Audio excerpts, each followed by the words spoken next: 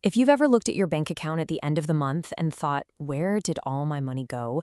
You are absolutely in the right place. It can feel impossible to save money on a low income, but I'm going to show you a super simple system to change all of that, starting right now. Let's just get right to it with a question that probably hits close to home. We all tell ourselves, oh, I'd save if I just earned a little bit more. But what if that's not actually the real problem? What if something else is holding you back? The biggest battle with money isn't always fought in your bank account. It's fought right up here, in your mind.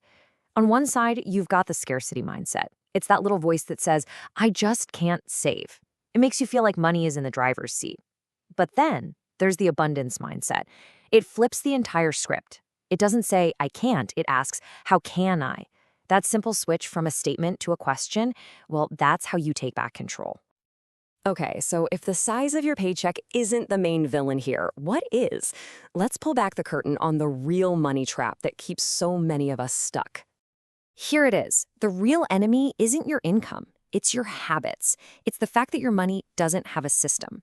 Think about it like a bucket with a bunch of tiny little holes. It doesn't matter how much water you pour in if it's constantly leaking out. So where are these leaks? Well, they're often hiding in plain sight. It's that emotional spending when you're having a bad day. It's that subscription to an app you haven't opened in 6 months. Or those daily food orders because you're just too wiped to cook.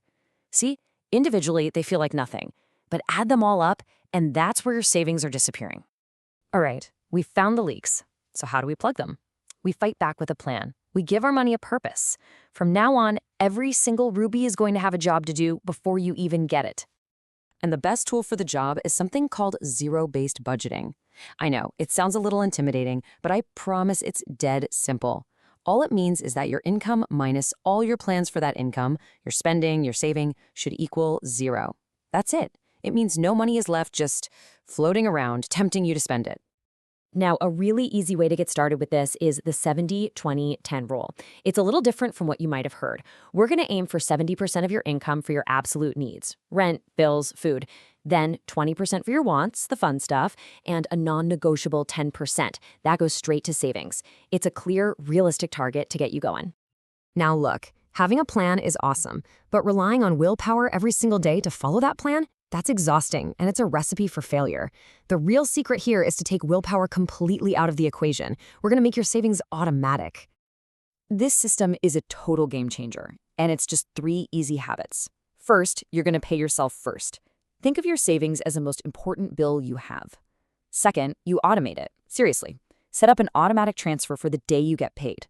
The money moves to savings before you can even touch it. Out of sight, out of mind. And third, for everything else, use the 24-hour rule. Want to buy something that's not a need? Just wait 24 hours. You'd be shocked how many times you just forget about it. And this is the core idea I really want you to take away. Saving isn't for lucky people. It's for people who have a system. You build the system, and this system builds your savings for you. Okay, so your new system is up and running. You're starting to save? Fantastic. But where should that first bit of money go? It needs to go into your financial lifesaver, your emergency fund. This is your buffer. It's the shield that protects you when life, inevitably happens. Now, don't get overwhelmed by people who say you need 6 months of expenses saved up. We'll get there. But your very first goal is so much simpler and so powerful.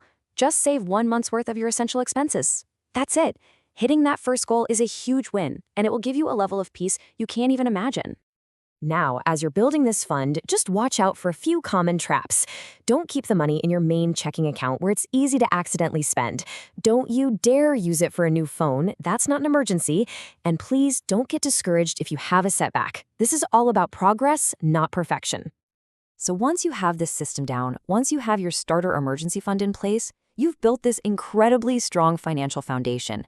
And from that position of strength, that's when you can start thinking about the next chapter.